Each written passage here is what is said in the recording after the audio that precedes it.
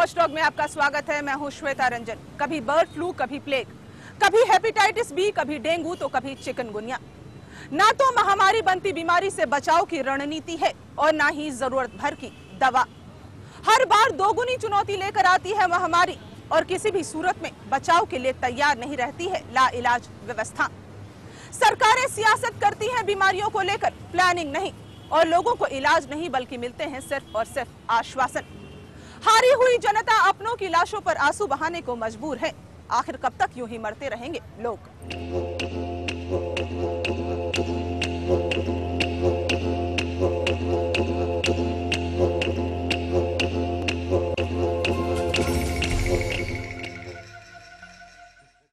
दिल्ली में महामारी के मरीज और मौत के आंकड़े थमने का नाम नहीं ले रहे।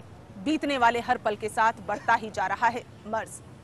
दिल्ली से लेकर केरल तक डेंगू और चिकनगुनिया का है कहर। लाखों लोग अस्पतालों में तड़प रहे हैं और फिजाओं में गूंज रहा है महामारी के आगे लाचारी का मातम।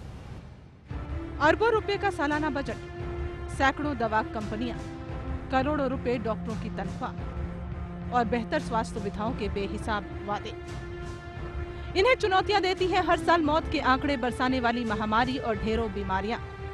बारिश थमी तो शुरू हुआ डेंगू।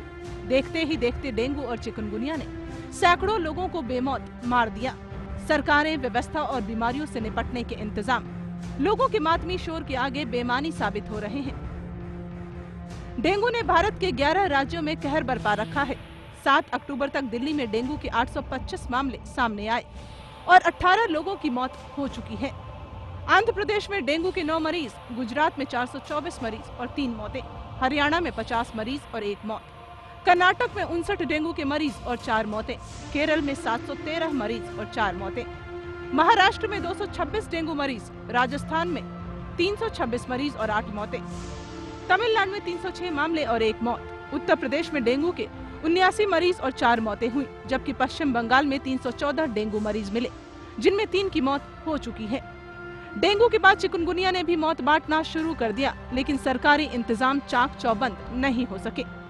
चिकनगुनिया से केरल में 92 मौतें हो चुकी हैं। भारी बारिश के बाद इस बीमारी ने भी महामारी का रूप ले लिया है और आंध्र प्रदेश में 248, कर्नाटक में 294, महाराष्ट्र में 679, तमिलनाडु में 111, मध्य प्रदेश में 62, गुजरात में 103, केरल में 33 और दिल्ली के सीमांत जिलों में 7 अक्टूबर तक 3 मामले सामने आ चुके हैं। देश के 169 जिलों में चिकनगुनिया फैल चुका है। इस बीमारी से बचाव का कोई उपाय भारत में मौजूद नहीं है। इसके बारे में जो भी शोध हुए वो मलेशिया के माल्या विश्वविद्यालय में ही मौजूद है। डेंगू को लेकर सरकारी लापरवाही ने कई लोगों को कफन पहना दिया। सरकारी अस्पतालों की बेरुखी ने शंकर शर्मा को मौत के मुंह में ढकेल दिया तो 12 साल का अंकित और दिल्ली की टीचर रितिका सिंह की जिंदगी डेंगू के जहर और सरकारी लापरवाही ने खत्म कर दी।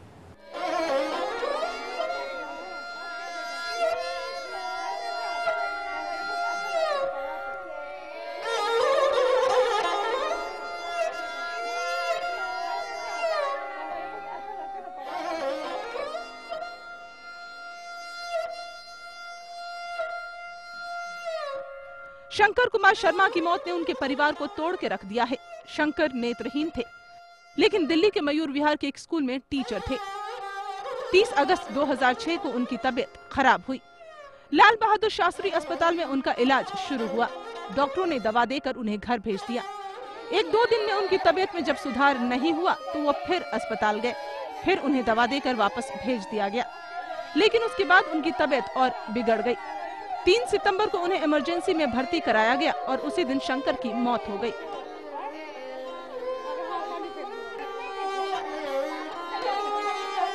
मौत का कारण बताया गया डेंगू। परिवार वालों का कहना है कि शंकर की मौत डॉक्टरों की लापरवाही से हुई।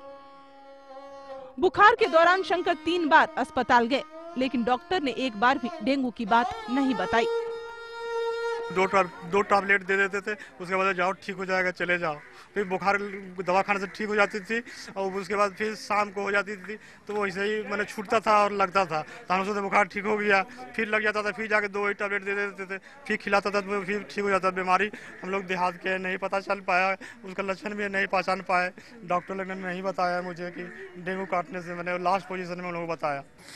हमारा राज्य यहाँ से नहा के गेलन और रात में खाना खा लेना। हमार राज मरने वाला ना थे, हमार राज कि हम यही कब कि तैना से दवाई ना देलन तो ये डॉक्टर की कमी से हमार राज। शंकर के परिवार वालों ने डॉक्टर की लापरवाही की शिकायत दिल्ली मेडिकल काउंसिल में दर्ज करा दी है। काउंसिल का भी मानना है कि इस मामले में लापरवाही लग रही है।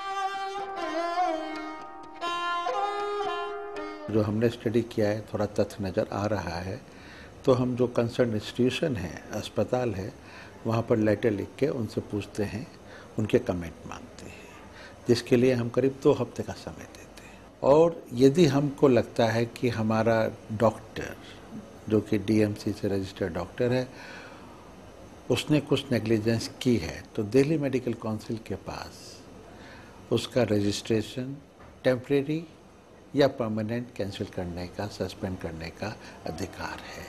शंकर कुमार शर्मा ही नहीं, डेंगू ने आते ही दिल्ली के लोगों को निशाने पर लेना शुरू कर दिया। ये तस्वीर है अंकित की, जिसे मामूली बुखार के बाद दिल्ली के राम मनोहर लोहिया अस्पताल में भर्ती कराया गया था। घर वालों के मुताबिक डॉक्टर पहले तो उन्हें भरोसा दिलाते रहे, लेकिन अंकित की हालत बिगड़ने पर डॉक्टरों ने अंकित को किसी और अस्पताल में ले जाने को कहा। अंकित की हालत नाजुक होती गई और मौत के बुखार डेंगू ने रामचंद्र और शांति देवी से उनका बेटा छीन लिया। ऐसा ही कि डॉक्टर ने सबसे पहले झूठ बोलना कि हमें आपका बच्चा स्टेबल है, हमने डेंगू टाइम पे पकड़ लिया, इसका इलाज ठीक हो रहा है, ठीक हो जाएगा, ठीक हो जाएगा। जब भी पूछते थे हाँ थोड़ा देखते हैं, ठीक हो जाएगा, दवा लगने के ऊपर थे, तो हम उसी भरोसे में अपने बच्चे को लेके बैठे रहे 8-9 घंटा सिर्फ डॉक्टर के विश्वास पे।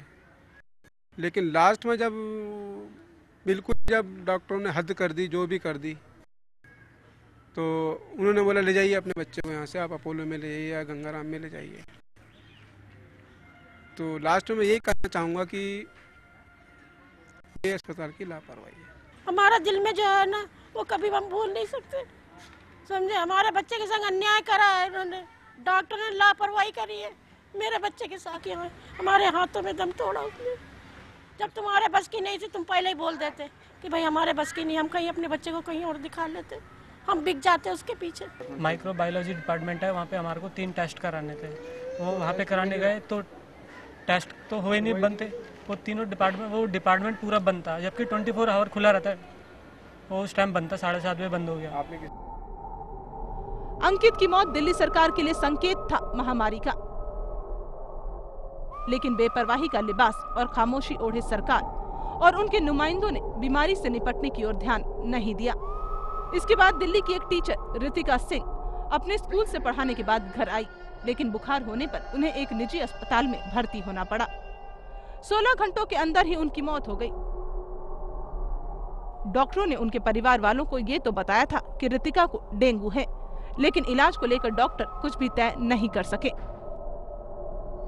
डॉक्टर्स सारे एफर्ट्स करने के बाद, क्योंकि 4-5 डॉक्टर मॉर्निंग में लगे थे और हम समझ गए थे कि पेशेंट जो है जा रहा है। इतनी मेहनत करने के बाद भी वो इतने एफर्ट कर रहे थे, इसका मतलब उनको रूट कॉज नहीं मालूम हो पाया, क्योंकि लड़की का बीपी जो था नीचे गया और जाता चला गया, शूटअप सारी एफर्ट्स कर ली, सारी दवाई लगा ली, लेकिन वो नहीं ऊपर आ पाया। तो वो वायरस जो कि अटैक कर रहा था बॉडी में, कहाँ कर रहा था, किस जगह कर रहा था, किस लिए कर रहा था, क्या ऑर्गन्स थे, उसकी दवाई उसे वो नहीं पहुंचा पाई in spite of their best efforts. देखिए ना, जब हम अपने बच्चे को लेके गए हैं जिस कंडीशन में, खाली उसको डेंगू प्लस जॉन्डिस बोल रहे हैं कि रिपोर्ट में ये है, उसके बाद वो हमको बार बार बोल रहे हैं कि आप कोई और कॉज बताइए इसकी तबीयत ख़राब होने का, क्या कोई सर्जिकल प्रॉब्लम है, क्या कोई गायनी प्रॉब्लम है। उन्होंने गायनी वालों को भी बुला लिया, सर्जिकल वालों को भी बुला लिया। गायनी वाले डॉक्टर से बात हुई है, उसने भी कह दिया कि सब कुछ नॉर्मल है, एग्जामिनिंग किया, सब कुछ किया। इसके बाद भी उसका जितना भी उन्होंने ड्रिप वगैरह दिए, ब्लड वगैरह दिया, सब कुछ दिया, तो ये समझ में नहीं आया कि उसका ब्लड प्रेशर क्यों नहीं अप हुआ, जबकि सारी मेडिसिन हम प्रोवाइड कर रहे थे जो वो हमको कहते थे लाने के लिए।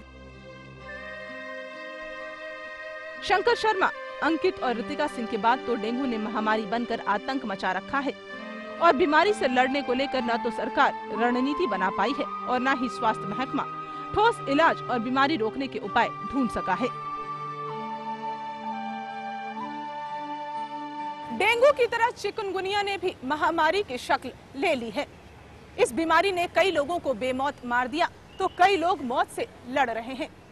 सरकार की नींद बहुत देर से टूटी और लोग किस तरह से जूझ रहे हैं डॉक्टरों की लापरवाही से, जानेंगे हम एक ब्रेक के बाद।